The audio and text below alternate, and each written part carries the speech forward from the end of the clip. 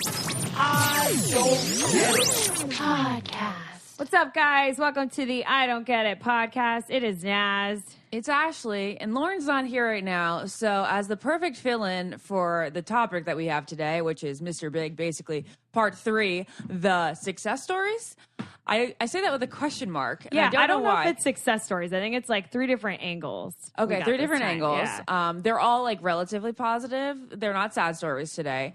My friend Lizzie, who joined us for the first ever Mr. Big podcast, is here joining us, fill in for Lauren. Our resident big expert. Hi, Lizzie. I've become the resident big expert now. Yeah. I've got years of experience under my belt and wisdom. She's got like a decade.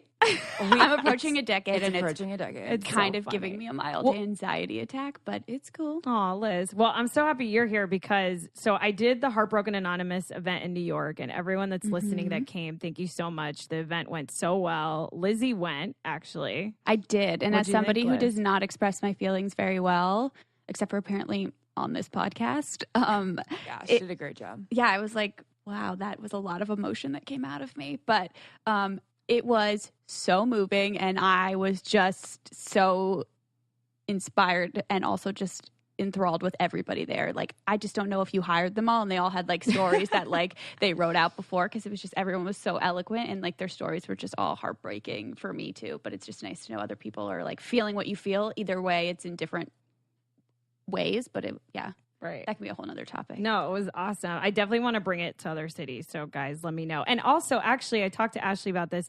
We want to do a Heartbroken Anonymous series on the podcast. And I don't want to reach out to people who've come to the meetings, but if you guys have a heartbroken story that you're willing to share anonymously or publicly on the podcast, email us at info@heartbrokenanonymous.com. But the reason why it's so cool is he's here and it's relevant is that a lot of the girls that came to the meeting, Ashley, were like, we loved the big podcast. Can you do another one? Because we felt like the first Mr. Big Stories Part 2, which was episode 39, if you guys haven't listened to it, we feel like those stories like didn't relate as much. So we went out as the I Don't Get It podcast to try and get you guys 3 completely different stories that you may relate to. Yeah. I'm so excited to hear them. We are starting out with a girl. What's her name, Naz? So her name is Caitlin. And she believes that she may be a man's big. Another guy's big.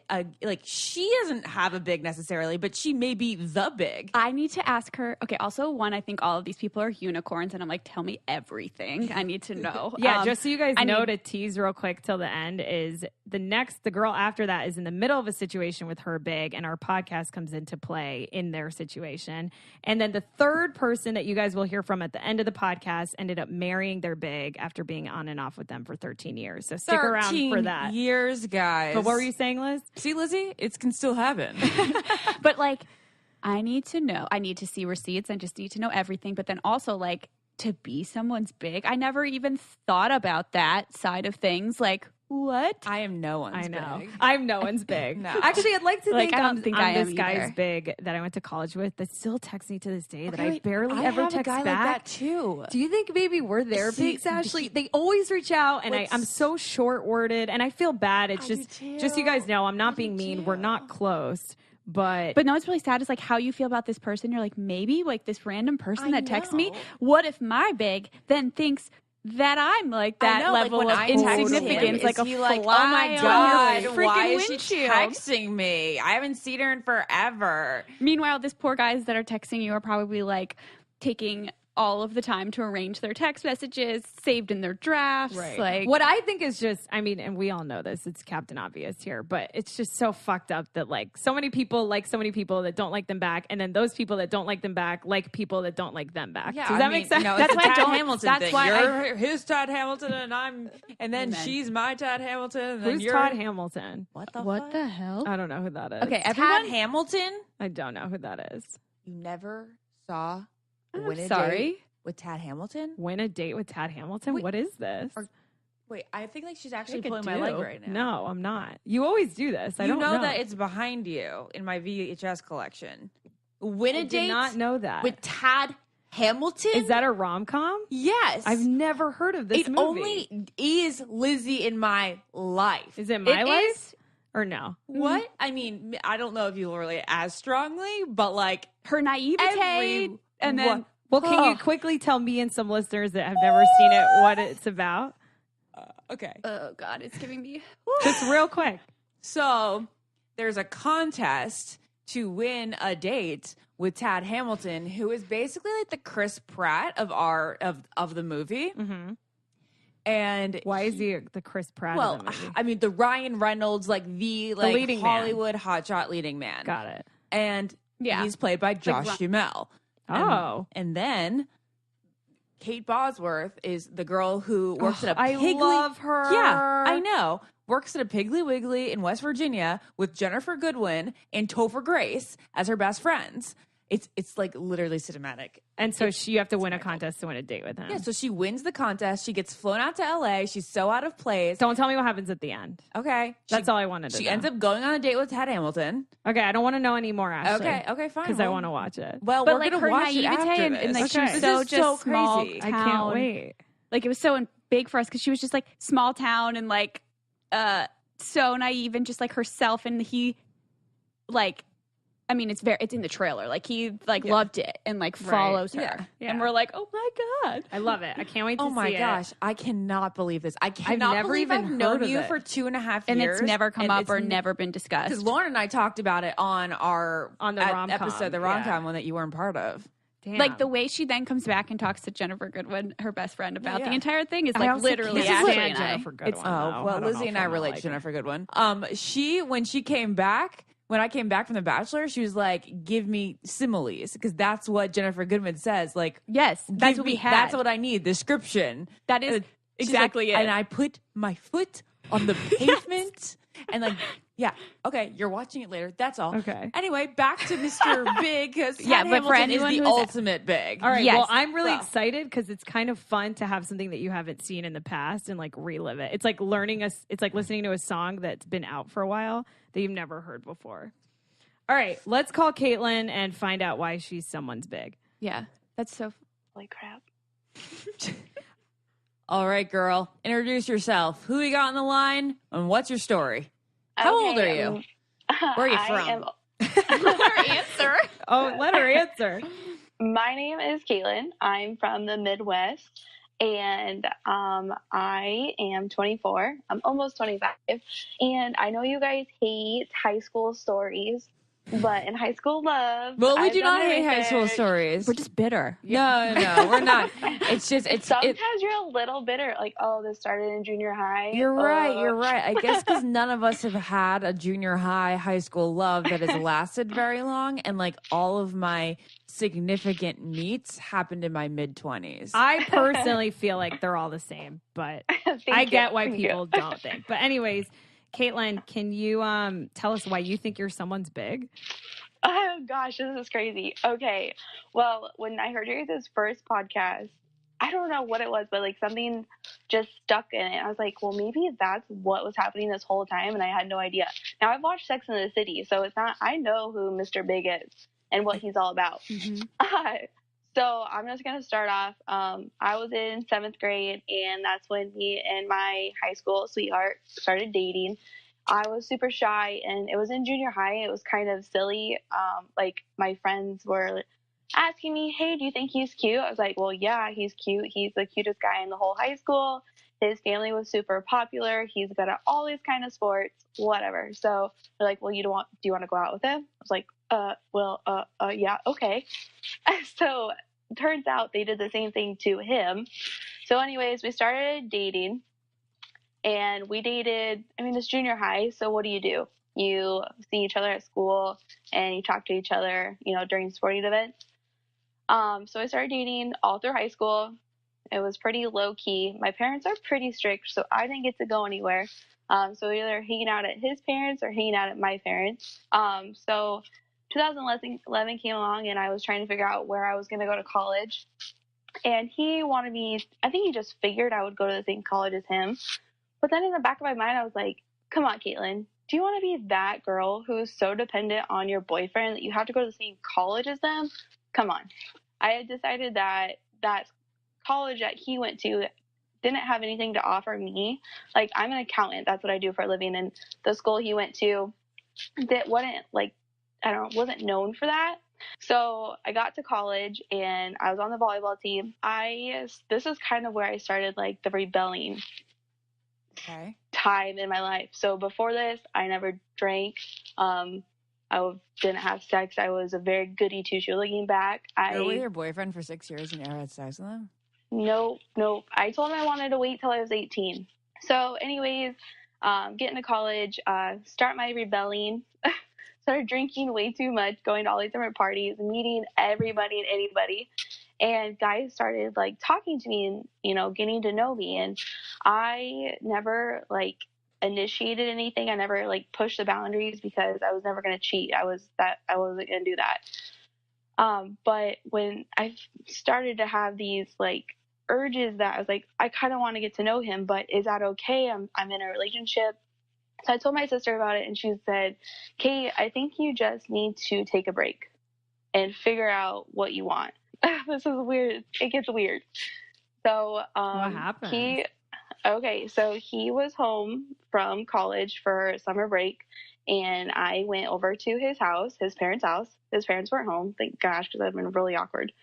And I sat him down and I said, hey, look, I want to take a break and figure out who Caitlin is without you. I need to figure out who I am as a person before I, you know, decide we want to be together for the rest of our lives. So he starts asking me why, what did he do? Please don't do this. And this is where he brings his computer and shows me the engagement ring he had picked out and the plans he had for our future. And I don't think I said 2 words. I just said, this is what I think needs to happen. I am so sorry. Wow, that's such a crazy... So because of that, you think he's like hasn't been able to get over you and that he's your big? That's like, I don't even know what I would do in that situation. All right, guys, you know, my skin is clear. It's not irritated anymore. It's not so red anymore. And that is all because I've been using BioClarity. BioClarity uses naturally derived ingredients that has amazing benefits. It's got antioxidants that is found in green tea to clean and detoxify your skin. It's got cooling cucumber to soothe and oat kernel extract to hydrate. They don't have weird, harsh chemicals. Unlike traditional acne treatments, it doesn't use benzoyl peroxide, which causes redness and dryness and irritation. Because of BioClarity, I don't have that anymore. It does use prescription strength salicylic acid and restorative Floralux. That is an ingredient derived from chlorophyll. Yeah, the green stuff in plants. It's going to calm your skin. It's going to reduce pore size. It's good for you and Mother Nature. So head on over to bioclarity.com. And our listeners are going to get their first month for only $9.95 plus free shipping. That's a $20 savings, and it comes with a 100% risk-free money-back guarantee. But you need to enter our code, which is GETIT, GETIT. That is bioclarity.com, and then enter our code GETIT. And now we continue on to the podcast topic. So like a year later, he starts drinking a lot and starts partying, which I'm like, hey, that's great. Drinking. Sorry. So he starts drinking too much, like too much. And he was calling me and texting me all the time. And at one point, we had talked about getting a certain breed of dog. He texted me and said, hey, I bought a dog and this is her and what should I name it? And I was, I don't know. I'm like, here's some names I like. And he actually named one of the names his dog. Like, I can't get over it. So, and this is when you're like not together. This is like a year later, right? Well, I mean, a year later, we still hung out a few times. Okay. And looking back, maybe we shouldn't have done that. But so is that where you think, Caitlin, like that's like the bigness of your story? It's like you're technically hanging out with someone that you know you're not going to end up with, and you kind of felt guilty by like not reading the letter. Yeah. And like, by still hanging out with someone even a year after, even though like do you know deep down that he's like not the one? Yeah, it sounds like it. It sounds like it. At this point, I think I was still trying to convince myself we were going to get back together because I thought that that's what was supposed to happen. So he got the dog, and I mean, we almost got back together because it was a cute puppy, and I was like, well, it's adorable. I mean, amen. A dog can really do everything. Jeez. Okay, so I decided not to. And this is when I said, okay, I really have to break things off. Like, no more break. We're going on year 2. We're done. You know, I tried and this is just leading you on. We need to be done. Okay. So we're officially broken up. And at this time, I started like I've never seen another guy besides my husband. But I did start hanging out with other guys and just getting to know. Wait. So you're married? I am married, yes. Okay, but not to your big. Plot Got twist. it. No, she's not to her big. It's she's not to her big. The big. Yeah, that's right. I meant to the guy. I mean, as in like the guy that you are big too. To her Carrie. Right. So I know, wait a Carrie. second. That's so To weird. your Okay. car. And Caitlin, we just need to know, like, we just want to ask you a couple questions because we only have so much time. You, up as a 24-year-old, still get signs that you think he is your big. What we really want to know is, like, right now, as a married woman, does he still reach out to you? No. So he did. He did in year 3 and year 4. He did still reach out, and there was still something in the pit of my stomach that I thought I was responsible for his feelings. So I would respond very, not all the time, but just enough to like let him know that I'm there for him if he needs anything. Right, like you still care, kind of. I still care. Yeah, exactly. So in my email that I guys sent you, so by this time I'm seeing my now husband, and I go through. I have 5 brain surgeries, and I'm with my husband. He's there with me through the whole time. And at this time, I know for a fact, like, my husband is who I want to be with the rest of my life. And to see my ex-boyfriend go from a person who was liked and everybody loved him and everybody thought he was the biggest thing ever to someone you can't even recognize, like, he just completely let himself go. It's been 4 years and you're not over it. Like, it's time to move on. So I don't know if I just handled things wrong. Maybe I have no idea. What was I supposed to do? When you're handling somebody else's feelings, it's always just so delicate because it's the fine line of being honest but being sensitive. I think is such a gray area that's like nobody knows how to navigate that. Like, letting someone down easy without, hurting them when the truth might really hurt them, that like you have found your person and he's not the one, but you still care about him as a human and care about his feelings, is sensitive. It's definitely just a weird place to be in. And I mean, I've never had to break up with anyone, but being on the other side of it, and being that person that needs closure and seeing a lot of people in my lifetime who are heartbroken because they don't have it, I think it's always good to say, hey, it's never going to happen. Maybe not in that way, but in some way. Because I really do think people hold on, whether you think that's being a hopeless romantic or delusional. How did he handle, though, you getting married? Yeah, like does he show up to the wedding? Like, did he write you a note? Like a Taylor Swift song? All my friends were like, Caitlin, what happens if he shows up at the wedding? Like, this was a legit concern of everybody's. And I'm like, you guys, he's not going to do that. I think he has enough respect for me that he's not going to do that. And I had texted him when we got engaged, and I said, I wish you nothing but the best. I think you're a great guy. I think you're going to find somebody who's great for you, but it's just not me. Yeah, that's really, like, considerate of you. Thank you. I am a girl, so I try to have feelings sometimes. But no, he didn't show up to the wedding. I deleted him on all my social medias when we got engaged just because I was like, maybe that's what he needs, is to get me completely cut out of his life, Yeah. Right. But I do just want to end that I think the idea of a big is nice and fun, and the chase is fun, and that puppy love and the admiration you have.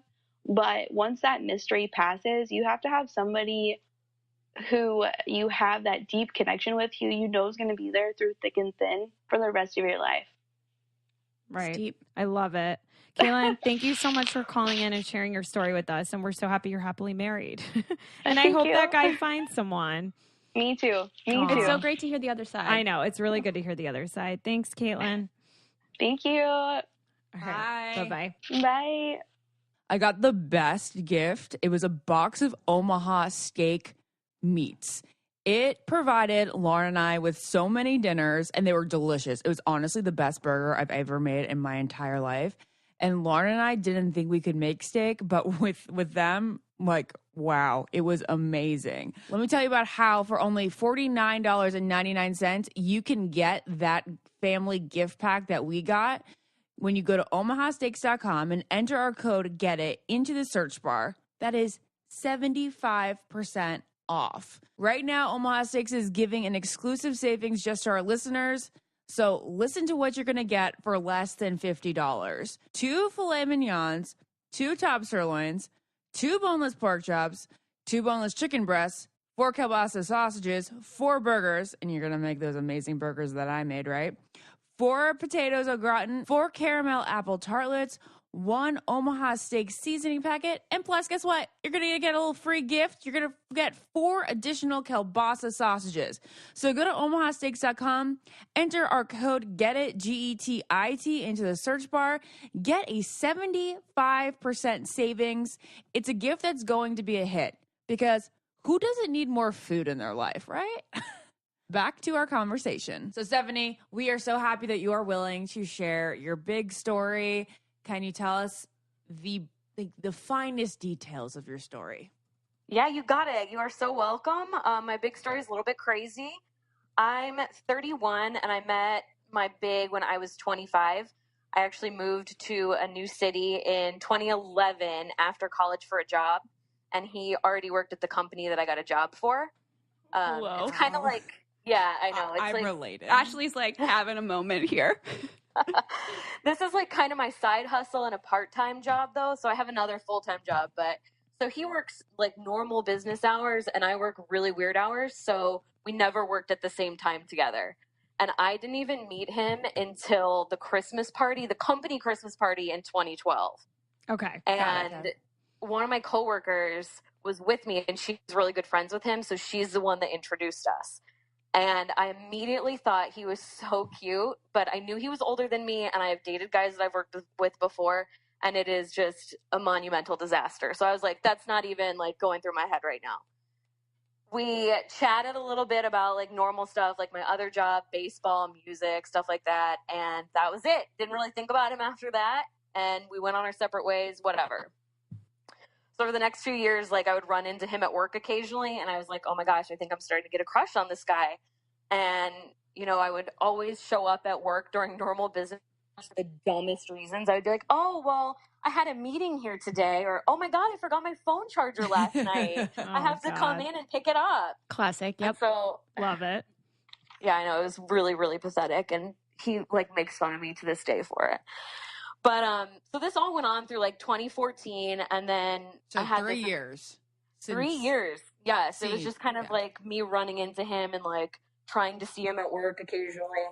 And then in 2014, there was this huge event at work that I wanted to go to, and when I got there, I like ended up spending the whole time with him. And after that, I was like, oh my God, I'm done. Like he's so cute, he's so funny.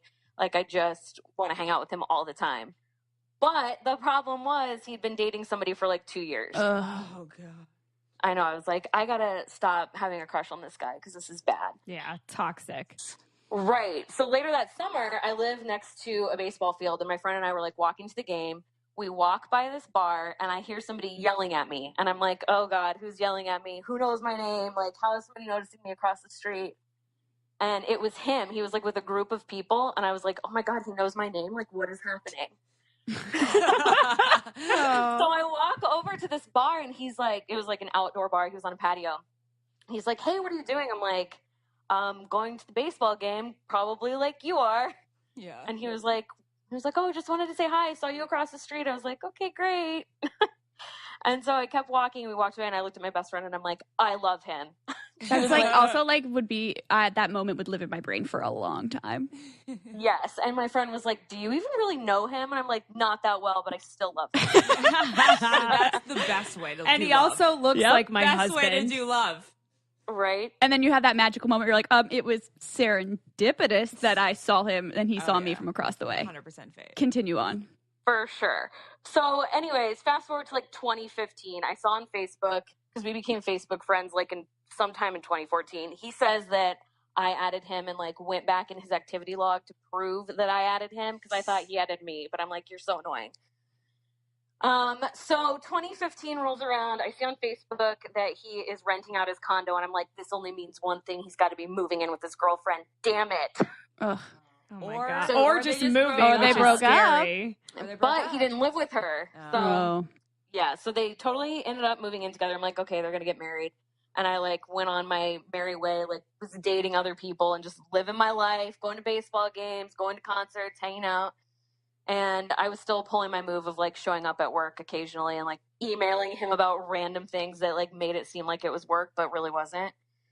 So this continued for like another year. And in March of 2016, so last year, I went to Arizona for spring training. It's like baseball, practice baseball, if you will. But it's really just a big party. I go like every year on vacation with my friends and you just drink a lot. And we'd been texting a lot more, and I was at a game, and we had this inside joke about a baseball player. But he's still So, like, with the girlfriend? Still with a girlfriend. But we were never, like, disrespectful. It was always just kind of friendly about, like, music and we both really love baseball, obviously. So it was about stuff like that. It was never to the point where it got disrespectful. Go Dodgers. I mean, okay. I'm just kidding. Okay. So then when does he break up with the girlfriend? He breaks up with the girlfriend in May of 2016. So when I texted him from Arizona that year, I was like so drunk, which is terrible, but I was like, hey, just so you know, I've had a crush on you for years. Oh, And my God. I love that. That Right, is terrifying to me. I know, threw I've my never phone said in that my to bag after I said it and was like, I'm never looking at that phone again, ever. Threw it in my bag, and like 20 minutes later, I was like, told my friend, I'm like, just look at it and tell me if there's a text. Just look at it and tell me. And so she looked at it and she was like, no, there's a text from him. He was like, wait, what? And I was like, yeah, I just thought you should know, like, have a good day. Oh my And God. he was like, to shorten this up, he was just like, yeah, same. And I was like, what? Wow. Whoa. And he told me that before I even met him at the Christmas party, he saw me at work and was asking about me. Aww. But then that Yeah. also freaks me out because he had a girlfriend. I can never be in a relationship. I'm so scared Naz of is, it. like always thinks like that, and you know. So wait, where are that's you a at now thought, with but- him? Because yeah. that was like a year and a I half. feel like you guys are together. And where does our podcast come into play? Okay, so we dated on and off for like a year after he broke up with his girlfriend, and then he wasn't ready for a relationship. Of course. And timing, Classic yeah, right? When are they excuse. ready for a relationship? No, I'm well, at, when like, they meet a I'm girl genuinely that they asking. want to be in a relationship with, that's when they're ready. Timing was so bad. Like, we got in tons of fights. Like, he was timing. still talking to his ex. He was the mayor of Breadcrumb City for the whole summer last year. He was a Hansel The and mayor, Gretel. that's the name of the That- episode. see, he's not really a big if he's never breadcrumbed you. Oh, he was the mayor Exactly. of the city last summer.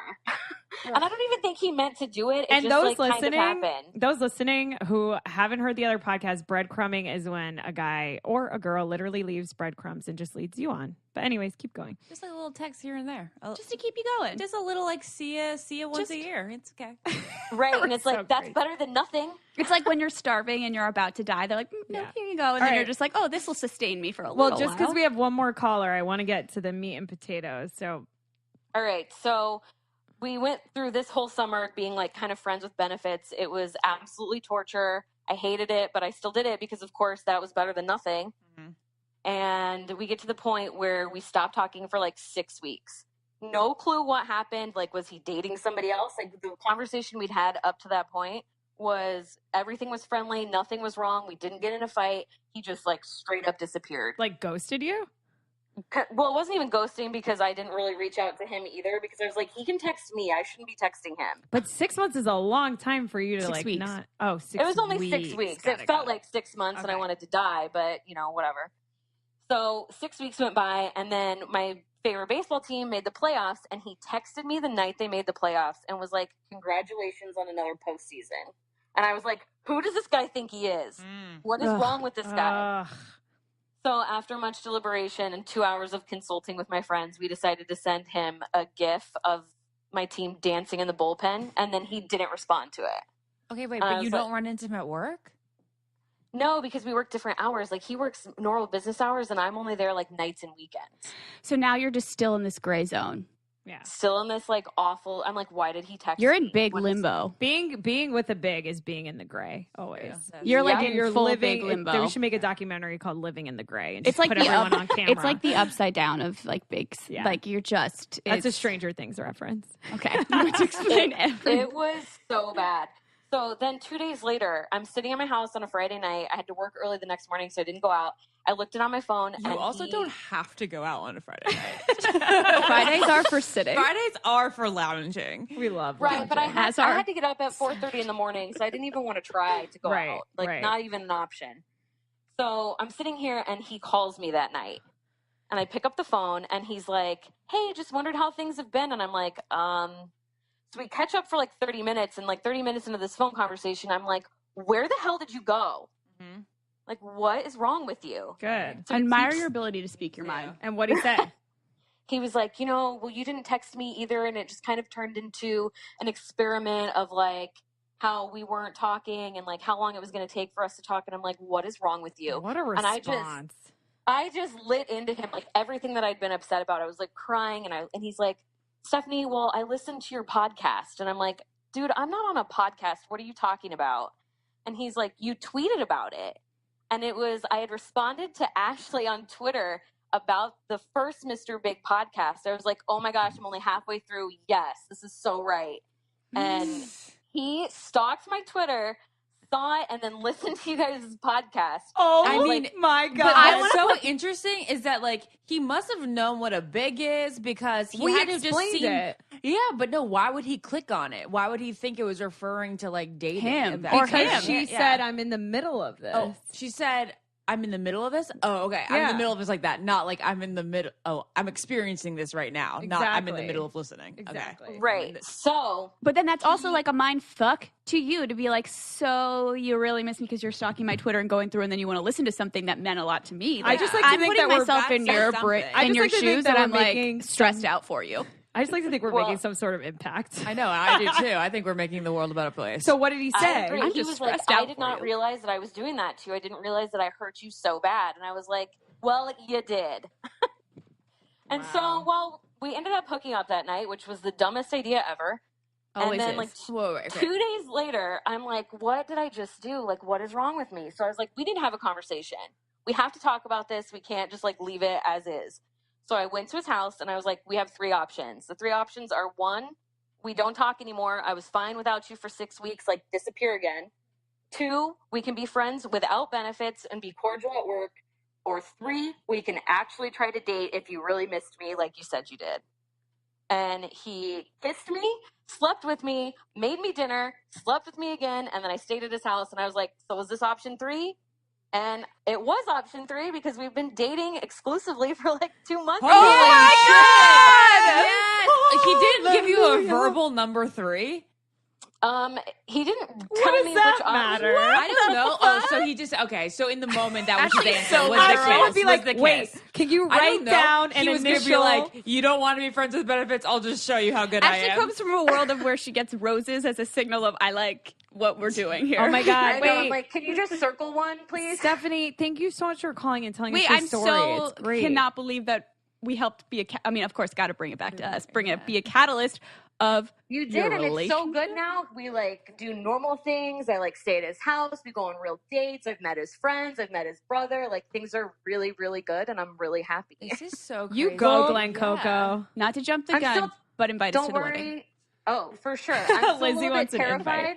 And like every time I text him, I still feel like I'm gonna vomit because you I'm like do? waiting on the Oh other shoe to drop. no! Oh, I totally. okay. Well, agree. shouldn't he not make you no. feel that way though? No, But then it's the only. It's too good. It's like No. it's too good to be true Right. feeling. She's right. It's too good right now, and I'm like, oh my god, like things were so bad for like a year, and he breadcrumbed me for so You're long. trained and, to like, think the worst of these Yeah. people. But Yeah. after a while, you don't feel that way anymore. I'm starting to We've come never around. gotten to that point. Lauren has. I've never gotten to Lauren's that not point. here, but she's Yeah, like and then she so didn't like him comfortable anymore. now. Okay, please tell me. Just keep me updated on Yeah, like what but that feeling not everyone's and Lauren. how long it takes. Yes. Well, Steph, sure. your story is amazing and inspiring. You are truly an inspiration. Thank you so thank much. you so much. You're so welcome. Thanks for doing the first big podcast, I Yeah, guess, because you were kind of a catalyst. Thank you for listening. Really means the world. We love you. You are welcome. I hope we converted your big too. Hope he listens on the reg. I hope he does too. And you guys are invited to the wedding if I can trick him and marry me. Amen. Amen. All That's right, my give us a motto. follow-up in a couple months. All You right. got it. Bye, girl. Bye. All right, guys, and now we have our third listener on the line. Her name is Yvette. And Yvette, you've got a great big story for us. I think so. You're a big unicorn. You know? Tell us your story. Yeah, you got a great story. Yeah, so this started back in 2004 when I was 17. I'll try to be the condensed version. I just went to a concert and I met this guy. I went with a friend who was a mutual friend of ours, and she was just going to see him, and he was there, and he was like the lead singer of this band, and was this tall, dark, handsome, older guy. And I mean, I swooned over him, but I didn't think anything because he was just sort of like out of the realm of possibility. And so he ended up asking me to sign the email list and emailed me.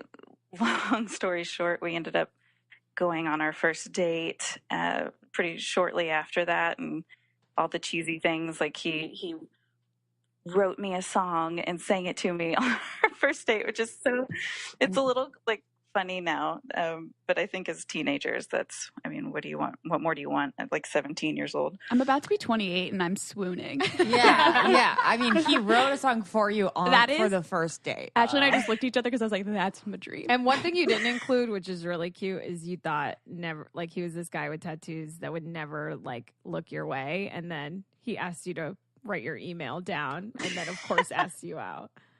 Yeah, it was a total shock. I didn't think anything of it. I was like, oh, he's just trying to get followers for his band, whatever. He does this all the time, I'm sure. And I still maintain that was totally like his pickup line. He says it wasn't, but who knows? But yeah, so we did that. We ended up dating for like 2.5 years. And it was amazing. It was everything a big story should be, like he was my best friend and he was just so fun and we laughed all the time, and it was great. And but as teenagers and young 20 somethings, it wasn't gonna we weren't gonna get married at that point, and things ended up, we just broke up, and it was the big love story of my life. I always kind of looked back on it. It was the most heartbreaking breakup. It was, I've never been that sad. So we broke up, just, teenage reasons, I guess. I don't know.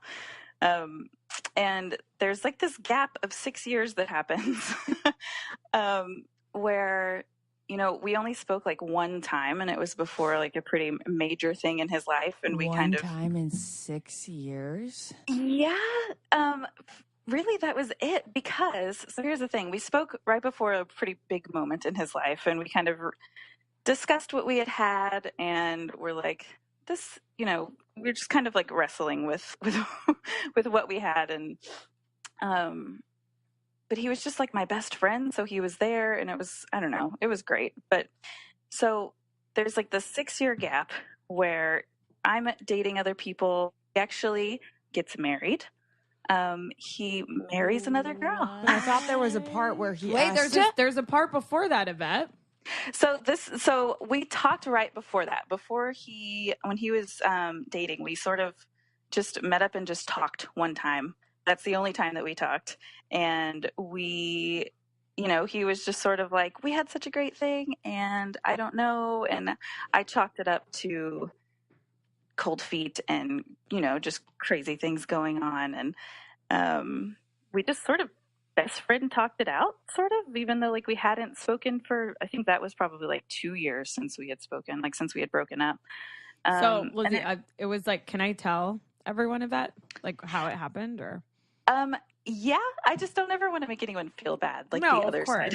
Well, I just want Lizzie and everyone listening to know that before he proposed, he met up with Yvette and pretty much was like, I need to know that I'm doing the right thing. Is that okay to say, Yvette? Yeah, Okay. That's a great way to say it. Can you imagine, Lizzie? I'm not okay. I know. Isn't that the most romantic thing you've ever heard in like the most twisted way? I'm like literally sweating over here. Okay, so keep going. So then he ended up marrying her. Right. So, and then when I saw that, and what I kind of said during that thing was just like, I kind of pawed it off because I was dating someone else at the time. And, you know, I just wrote it off as like, we had teenage puppy love. We had this connection and, you know, that was it. And so, yeah, I heard he got married. Just, we had social media friends in common. We weren't friends on social media, but I just saw that it happened and I was like, awesome. You know, that's great for him. Really? I was, because I cared about him so much that I thought, you know, if this is his person, then great. Did like, you I'm really glad. think it was his person after he asked you before he proposed? Well, I kind of did because he didn't cross any lines. He just wanted to talk to me about it. And I thought he just needed to sort of talk it out. And, I was where I was at. He was where he was at. And they ended up, you know, getting married, or he proposed and they got married. And I was like, awesome. He figured it out. And, I was honestly happy because I thought, you know, if he found his person, I'm going to find my person. And, you know, great. Everyone's going to win here, you know? And, you know, whether you say unfortunately or not, he ended up getting a divorce, which honestly, when I heard about it this was years later. I actually don't know how many years. It's within this like 6-year time span though. But when I heard about it, I was just like, oh, that sucks. Like, you don't want anyone that you care about to go through that. But, you know, that's kind of all I really thought about it. Like, that's awful. That sucks for them. But yeah, so then after that, must have been maybe about a year or something like that, we ended up getting into contact again one way or another. And we sort of talked a little bit. It was cool to have him back as like a friend because he had always just been this really close person to me. But we didn't actually like, go ahead. When you heard he got divorced, was there any kind of like, I don't know, like voice inside your head being like, this is meant to be, or yeah, like any kind of like excitement selfishly, which is fine to admit because now you're happily married, but like just like a little bit of hope still glimmering inside of you? Probably, honestly, I think that I really suppressed a lot of it because it was such like, I was so sad when we broke up, and I don't think I ever wanted to like feel that way again. And so much time had passed, you know, like I had dated other people, you know, he had gone through this huge relationship for him. And maybe I thought like, oh, well then maybe that could still be a thing, or that's back out there now. But for the most part, I just was sad for his heart. I was thinking like, oh man, that sucks for them, you know? you're a really good All right. person. Well, I really want to know what happened, how you guys reconnected, and then tell us what happened. Yeah. So there was like a very mini like reconnection that sort of didn't go anywhere. That's a little anticlimactic, but another year or two later, this just goes to show you like just how much can happen and go on and how much time can pass. I was kind of happily single, and I'd done a lot of growing, and I was living by myself, and I was just really happy with where I was. And he kind of contacted me again, and he texted and he just said that he wanted to talk to me. You know, maybe could he take me out to coffee and we could talk. He wanted to apologize for kind of how things had gone in our past. And I was like, if anyone needs to apologize, it's probably me, because our last meetup, I kind of was I was just skeptical. I wasn't sure, because I think I've always thought of him as this sort of far out guy. And I was like, there's no way that this guy is like actually supposed to be like who I with end up me. with. Yeah, like, that's how you think of your yeah. big. Yeah, exactly. So, and I think that was a little subconscious. Mostly I was just like trying to keep him at arm's length. And I was like, because I was like, if I see him again, I know that there's going to be that chemistry, and I am afraid to like kind of dive back into that. So So Yvette, we have like 5 minutes left, so I want to make sure we get to how you ended up with him, and then maybe we can potentially bring him on. For sure. When I bring him on, do you want me to put him on speaker or no? Or just give him the phone? Well, we can play it by ear. Okay, cool. So yeah, what ended up happening is he just was sort of persistent. He would text and just say, "I hope you're doing well, thinking of you." And for a while, I sort of fought against it, and eventually, I responded back, and we met up, and then we met up again and had a couple of dates, and literally from when we decided to be official 3 months after that, we got married. Married 3 months after your first date. Like, so you're telling me crazy. I could be married in 3 months. Before my 30th birthday. Who would have thought at this point I would get married at 29? So wait, how long have you been married? So we will have been married for 2 years in February. Wait, is he home right now? He is home. Can we bring him on the line? Absolutely. Dude, 13 years on and off. If there's any, like, and now he's going to Hey, babe. med season school. 7 to Sex in the Upstairs. City. He's going to med school now. Yeah, Ashley, just so you know, he's I going think to he med was school. written in a romantic comedy. I and think then you should Life write Size a popped novel. out of it. Not a novel. Lizzie and I you could do a learned- novel based on true story. Before we started recording, Go Lizzie right and I learned ahead. he's going to Like, med did school. Nicholas Sparks write him? Lizzie's like from Rockstar to med school. Ooh, Edward and covering Yvette, man. every base that's necessary. And also the pictures, you guys, she sent us pictures, and you guys are literally the cutest. Yeah, you guys are really cute. Hey guys. You're sweet. Hi, Edward. Hi. It's Mr. Big. He's on the line. Oh Oh, my it's God. Mr. I don't know what to say. Lizzie, you go first.